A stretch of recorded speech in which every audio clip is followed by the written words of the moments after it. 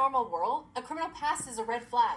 But in this political universe, apparently, it just appears to be a resume booster for Democrats. New York City Mayor-elect Zohran Mamdani, he has chosen to appoint a convicted armed robber to be on his City Hall transition team. Meet my son Lennon. He served 7 years in prison for armed robberies of New York City tax drivers. Prosecutors say he beat one of the victims with a glass bottle and held another at gunpoint while he and his accomplices stole cash and jewelry. He was offered a 1-year plea deal.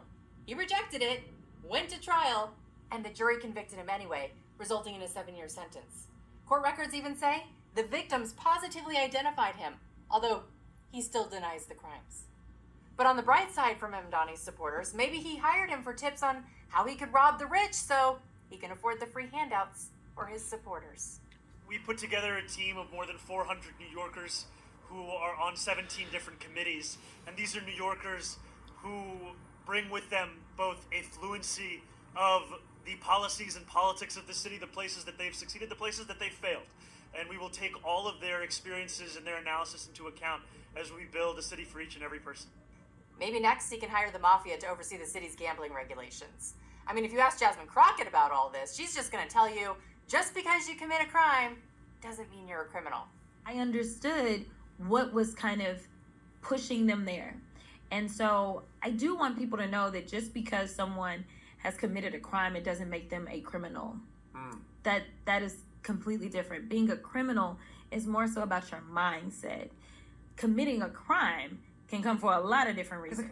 Right. And if I rob a bank, I'm not a robber. I'm just financially spontaneous. And just so we are all living in reality, Merriam-Webster defines a criminal as, get ready, a person who is guilty of a crime. Case closed here on the Carrie Lane Show.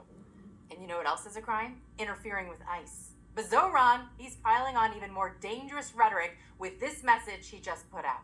We can all stand up to ICE if you know your rights.